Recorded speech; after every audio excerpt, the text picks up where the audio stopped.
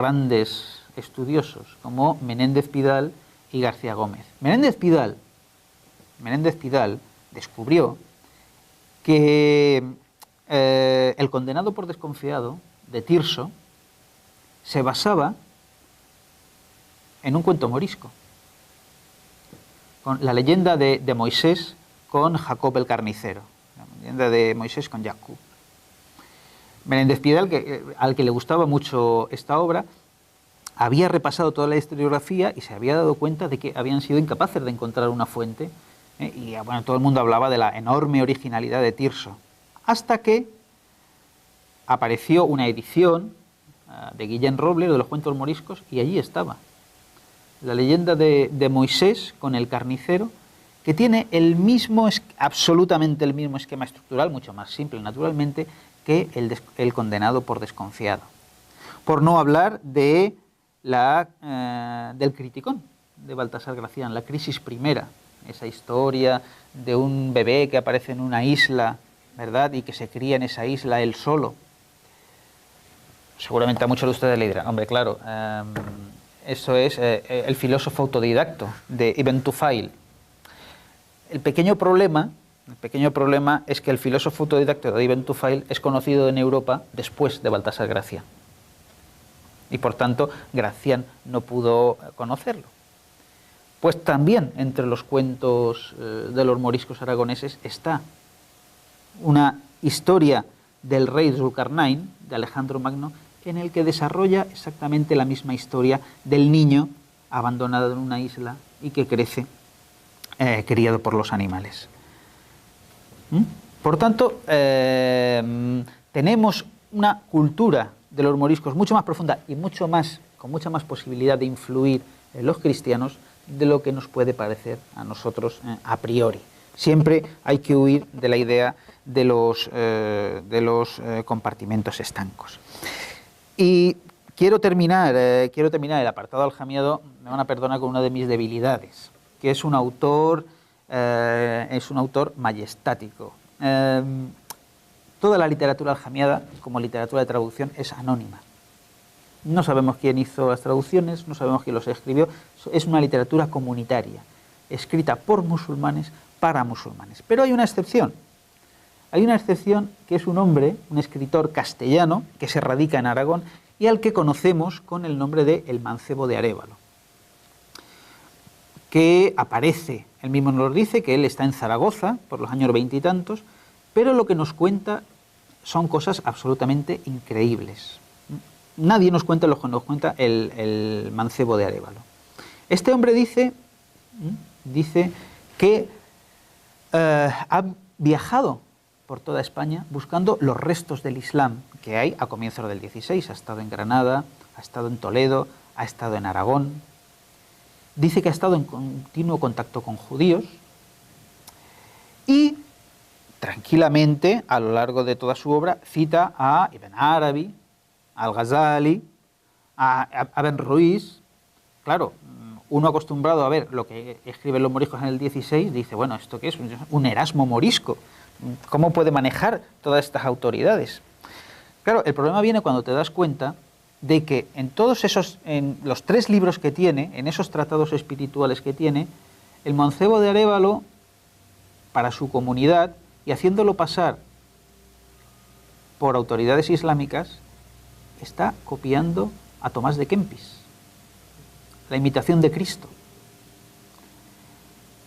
Coge Tomás de Kempis, la Imitatio Christi, la islamiza, pues quita las cosas relativas a la divinidad de Jesús, etcétera, etcétera, y ofrece a los moriscos, a sus contemporáneos, un mensaje espiritual completamente contemporáneo,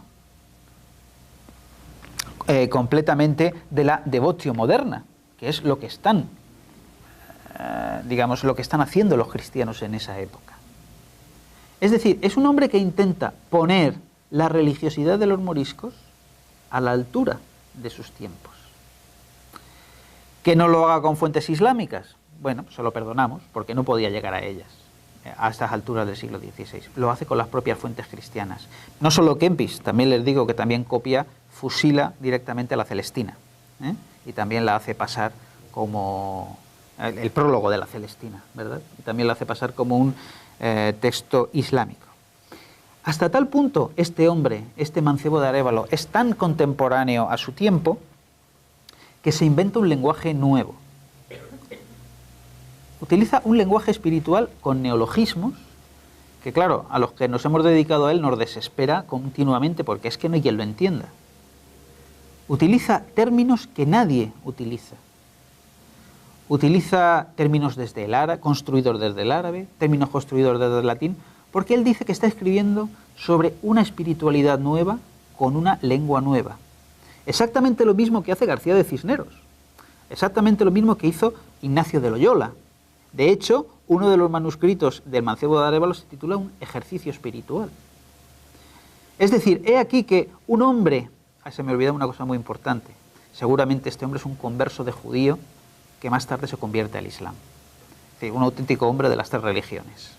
Es decir, que un hombre que procede de un entorno cristiano, castellano de Arévalo, que seguramente procede de una familia conversa y conoce a los judíos, él está continuamente entrando en casa de judíos y es el primer musulmán que conozco que hace eso, tranquilamente, y los aprecia, etcétera, etcétera. En un momento dado se convierte al Islam y se radica en Aragón. Y allí ofrece un mensaje espiritual completamente nuevo a la comunidad musulmana. Mensaje espiritual construido en dosis diversas de cristianismo y de islam. Es un mensaje absolutamente fascinante. Bueno, y voy al tercer y último apartado. Bueno, luego esperando que en el turno de preguntas podamos dialogar todo lo que haga falta, que es el de los moriscos que tienen una cultura plenamente castellana. Ya hay moriscos, generalmente castellanos, pero también aragoneses, que han perdido completamente el contacto con la cultura árabe. Insisto, nunca con el Islam, pero sí con la cultura árabe. Y esto se ve muy bien en el exilio. Se ve muy bien en el norte de África. Cuando después de 1609 los moriscos llegan a Marruecos, llegan a Argelia o llegan a Túnez, especialmente en Túnez, los moriscos comienzan a tener allí una vida cultural. La comunidad es bastante homogénea, es bastante diferenciada de los indígenas de Túnez, o de Argelia o de Marruecos, y tienen una vida autóctona, autónoma, hasta cierto punto. Y allí, ya digo, especialmente en Túnez, pero también en Argelia o en Marruecos, hay una serie de autores que se ponen, con permiso de las autoridades, a escribir en castellano unos largos tratados, sobre todo de polémica anticristiana. Unos largos tratados que escriben para sus compatriotas moriscos que seguramente han estado un poco, entre comillas, infectados de cristianismo. Sabemos que los moriscos que llegan a Túnez y que llegan a Argelia llegan con muchos problemas religiosos. Después de tantos siglos de tener una religión oculta, de tener una religión que no se puede refrescar, son expulsados, llegan al norte de África y las autoridades allí les dicen: ¿pero vosotros sois musulmanes? Pues vaya musulmanes más raros que sois, que no sabéis rezar, que no sabéis hablar en árabe, que no estáis circuncidados. Hay un testimonio precioso de un manuscrito en el que quien cuida de los moriscos en Túnez, un santón, Abul Gaiz al-Kashash, le tiene que decir a unos compatriotas: bueno, no os enfadéis con estos moriscos, porque habían venido a protestarle de que estos moriscos, ¿quiénes son? Que sus niños se orinan en las mezquitas. Imagínense lo que es eso para un musulmán, con sus conceptos de higiene religiosa. Estos niños se orinan en las mezquitas. Y este Abul Gaiz al-Kashash les dice: bueno, no os preocupéis, aguantad un poco, tened paciencia, que estos son verdaderos musulmanes que han venido de la opresión de los cristianos y necesitan un tiempo para poder adaptarse a su nueva situación. Bueno, pues en este contexto hay algunos autores que se dedican a componer libros de polémica para enseñar Islam a compatriotas suyos y para que se desengañen del cristianismo. Pero entre esas discusiones teológicas, entre esos consejos dogmáticos, Lo curioso de una serie de manuscritos en el norte de África, muchos de ellos todavía inéditos, aviso por si alguien quiere hacer una tesis doctoral, así lo dejo caer, estos autores, y es la última paradoja de estas comunidades moriscas, empiezan a escribir de su vida en España. Y empiezan a escribir de su vida en España con mucha añoranza, diciendo que hoy qué bien lo pasábamos en Alcalá de Henares, con esas librerías que tiene. Hay un texto de un tal, en Túnez, de un tal Ibrahim Taibili, que él dice que en España se llamaba Juan Pérez. Hay un texto precioso comentando cómo en una librería de Alcalá de Henares se va con un amigo y el amigo empieza a comprar Amadís de Gaula, Palmerín de Oliva, el Belianís de Grecia, ¿no?, los libros de caballerías. Y le dice el amigo a este Juan Pérez, bueno, ¿qué te parece de lo que he comprado? Y dice, la verdad es que todo eso no vale nada. Dice, si tú compraras a Fray Antonio de Guevara, a Pedro Mejía, el Reloj de Príncipe, que son autores verdaderamente buenos, y dice que el librero le dice, hombre, ya nos amanece aquí otro Don Quijote, ¿no? Es decir, por cierto, la cita, según este morisco, es de 1604. A los cervantistas se lo dejo, de un año antes de la Editio Princeps. Es decir, que este morisco desde Túnez está recordando cómo en Alcalá de Henares estaba comprando los bestsellers de su época, estaba completamente integrado en la sociedad cristiana de su tiempo. Habla de esa visita en Alcalá de Henares, de esa compra de libros, uno lee el texto y se ve que lo está haciendo con auténtica añoranza, que seguramente el destino le ha pasado por encima y le han obligado a irse a Túnez por musulmán o por ser de familia musulmana. Pero él está perfectamente integrado. En otras partes de su manuscrito cita a Platón tranquilamente. Quizá el caso más llamativo de todo este tipo de autores, mejor dicho, de todo este tipo de obras, es un manuscrito que se conserva en la Real Academia de la Historia, que acaba de aparecer editado, ese manuscrito S2, que es un manuscrito alegórico, que cuenta una historia alegórica. Los modernos editores la han llamado el Tratado de los Dos Caminos. En el libro se ofrece al creyente dos caminos: el camino de la creencia y de seguir los mandamientos de la ley de Dios, que es un camino difícil, tortuoso, lleno de espinas, pero que finalmente conduce al paraíso, y por otro lado el camino del placer, de la delicuescencia, de pasárselo bien, que es un camino muy corto y muy suave, pero que conduce al infierno, ¿vale? Bueno, hasta ahí nada nuevo dentro del ámbito religioso. Lo que es muy llamativo y lo que es un absoluto símbolo de la doble cultura que llegan a tener estos moriscos es que, por un lado, en este manuscrito hay poemas y piezas de teatro españolas copiadas de arriba a abajo. Los ejemplos morales que pone el autor los saca de obras de Lope de Vega o de poemas de Garcilaso. Es decir, está sacando sus ejemplos morales para musulmanes de comedias cristianas o de poemas cristianos. Esa sería la primera beta puramente castellana que hay en este manuscrito, pero hay una segunda beta aún más interesante, porque no solo utiliza este autor la cultura cristiano-castellana, utiliza también la cultura árabe, pero de una manera muy curiosa. Porque cuando está narrando la vida recta del creyente, ese manuscrito recoge un trozo muy curioso.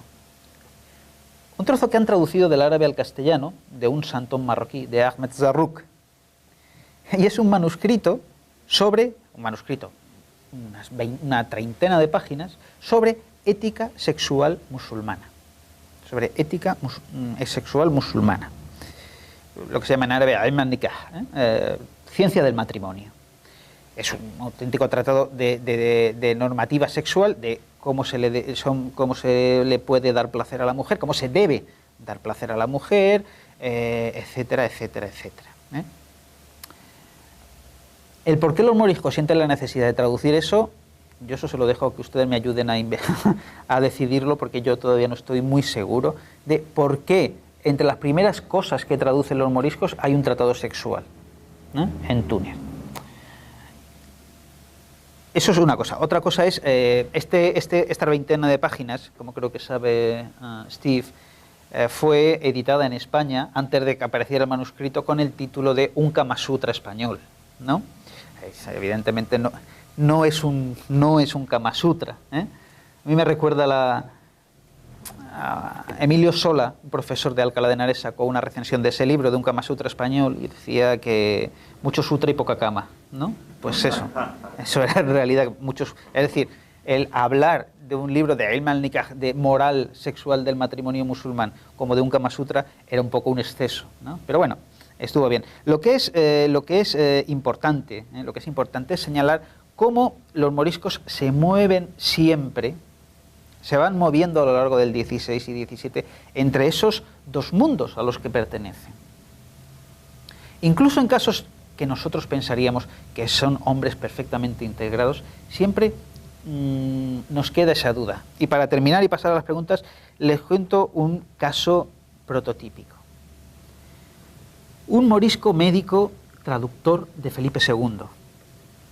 Es decir, un hombre integradísimo en la sociedad cristiana, puesto que el ser traductor es un cargo de mucha confianza. Alonso del Castillo. Alonso del Castillo, que es un médico que vive en Granada, y insisto, traductor real, ha servido muy bien al rey Felipe II en la guerra de las Alpujarras. Incluso le ha servido de espía. Bien, en un momento dado, el rey Felipe le encarga, a través de la Chancillería, que vaya a la Alhambra de Granada, a ese gran monumento de la Granada pasada que ahora ocupan las familias cristianas, y copie todas las inscripciones árabes que hay en la Alhambra, diga dónde están y las traduzca. Bien, Alonso del Castillo hace ese trabajo y se le paga. De hecho, ese manuscrito se sigue conservando en la Biblioteca Nacional de Madrid. Bueno, si uno coge ese manuscrito, ve que efectivamente Alonso del Castillo se tomó la molestia de copiar todas las inscripciones en árabe y traducirlas. Pero si uno lo lee atentamente, se da cuenta de una cosa. Y es que Alonso del Castillo no puso todas las inscripciones. Alonso del Castillo eliminó de su manuscrito las inscripciones coránicas, porque imaginaba que si las identificaba, los cristianos iban a subir a borrarlas, iban a subir a picarlas. Por tanto, como apenas hay gente que sepa árabe ya a estas alturas, el hacerlas desaparecer de su manuscrito significa en realidad hacerlas desaparecer de la realidad. Y posiblemente, las inscripciones coránicas que hoy hay en la Alhambra se conservan, han llegado hasta nuestros días, gracias a la doble cultura de Alonso del Castillo, doble cultura con la que vivía tranquilamente y con la que vivieron seguramente tranquilamente todos los moriscos, ¿eh? Y muchísimas gracias por su atención. Y si tienen alguna pregunta, algún comentario, encantado de poder hablar.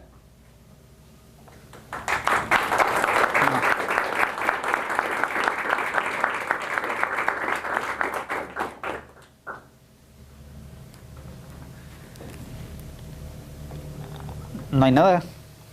¿No les anima nada? ¿Mm? Sí.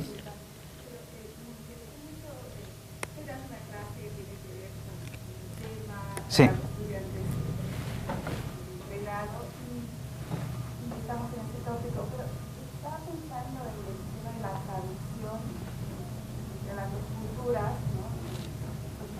Sí.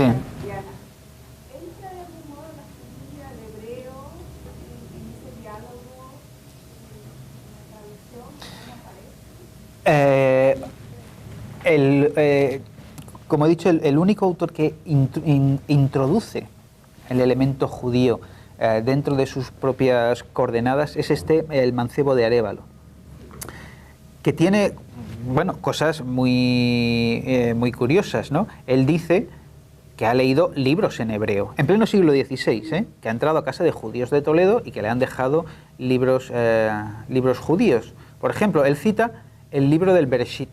No sé si saben, el libro del Bereshit es el Génesis.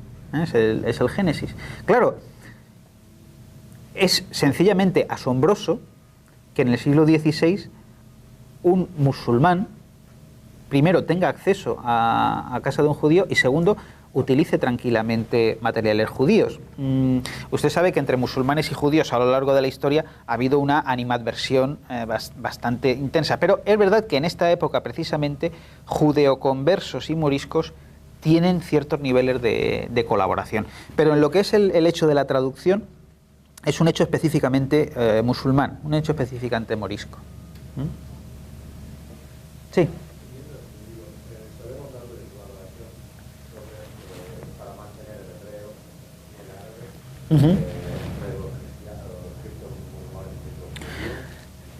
Sabemos que entre los musulmanes hay esfuerzos por mantener el árabe allá donde se pueda.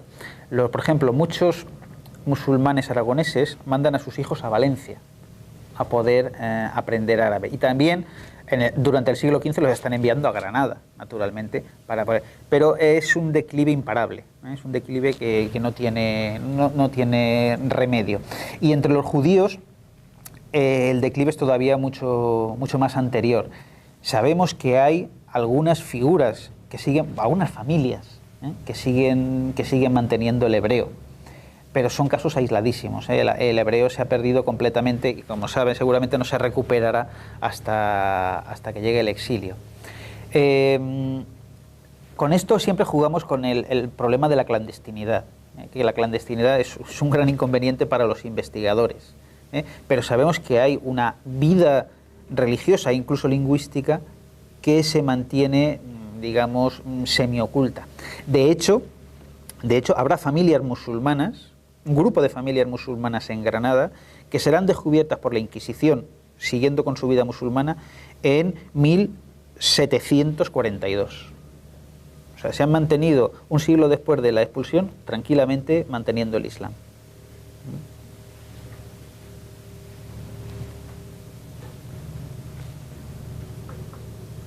Pregunta.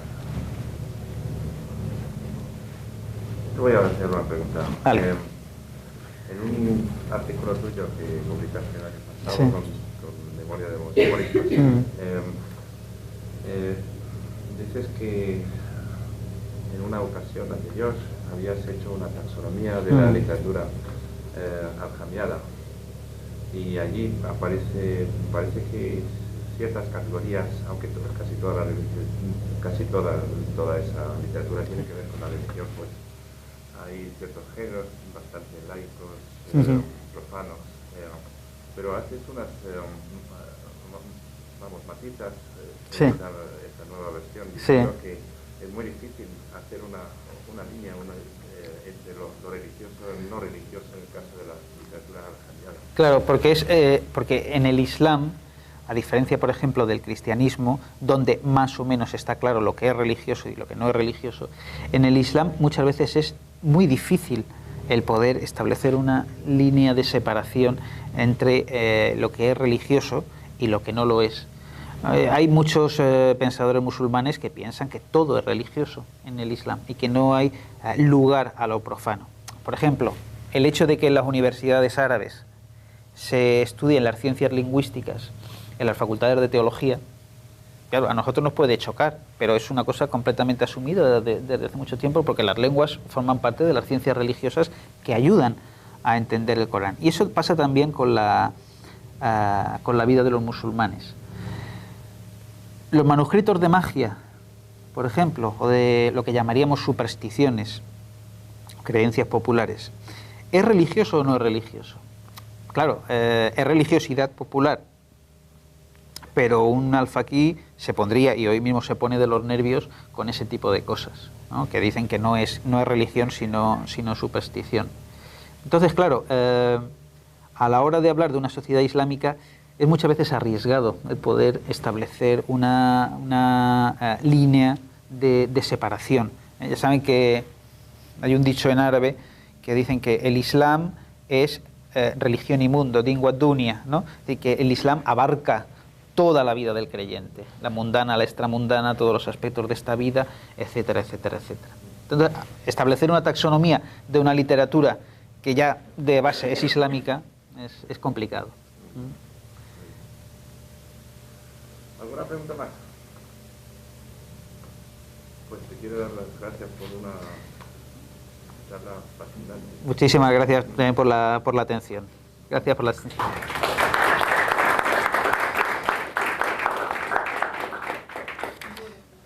¿Tienes una pregunta? Pregunta más. No. Vamos. A ver. El término morisco, Sí. ¿cuándo se pusieron? Porque yo sé, yo creo que significa como moro, o los moros Sí. pequeños o estúpidos. El término morisco es algo que viene de lo moro, digamos, efectivamente con una especie de disminución. Y el término morisco está en castellano desde el siglo XII, como algo propio de los moros, pero específicamente para designar a los moriscos se consagra en el siglo XVI. Se le llama cristianos nuevos de Moro o moriscos. No, antes estaba como adjetivo. Antes en español se utiliza como estaba en el poema del Cid, por ejemplo. Se utiliza como adjetivo, pero no como un denominativo de una comunidad. Durante toda la Edad Media los mudéjares son moros, ¿no? Y se llaman a sí mismos moros. Ellos son los moros de Castilla, o en Cataluña se llaman sarraïns, pero moriscos ya es para el siglo XVI. De hecho es muy curioso que en árabe actual han tenido que adaptar el término, porque no lo conocían en árabe. En árabe se dice al-murisquiyun, porque para ellos son todo andalusíes, ¿no? Pues si vienen de al-andalus son andalusíes, ¿no? Y no captaban la diferencia entre una comunidad y otra. Pues muy bien, muchas gracias. Gracias.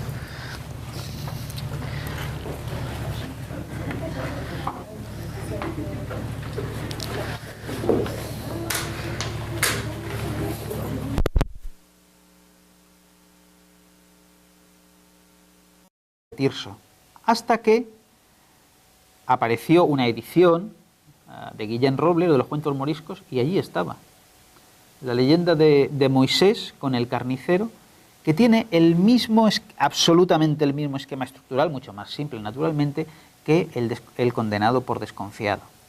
Por no hablar del Criticón de Baltasar Gracián, la crisis primera, esa historia de un bebé que aparece en una isla, ¿verdad?, y que se cría en esa isla él solo. Seguramente a muchos de ustedes le dirán, hombre, claro, eso es el filósofo grandes estudiosos como Menéndez Pidal y García Gómez. Menéndez Pidal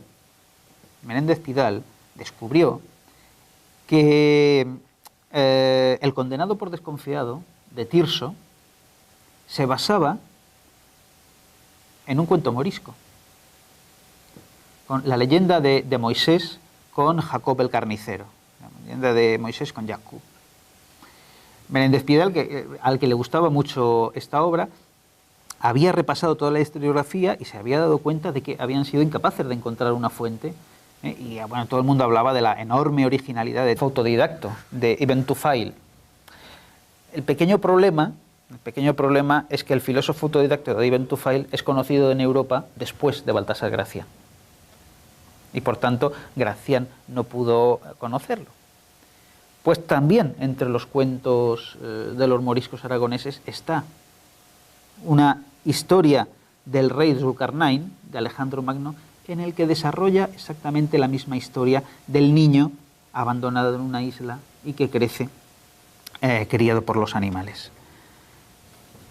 Por tanto, tenemos una cultura de los moriscos mucho más profunda y con mucha más posibilidad de influir en los cristianos de lo que nos puede parecer a nosotros a priori.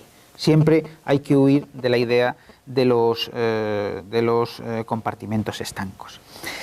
Y quiero terminar el apartado aljamiado, me van a perdonar, con una de mis debilidades, que es un autor majestático.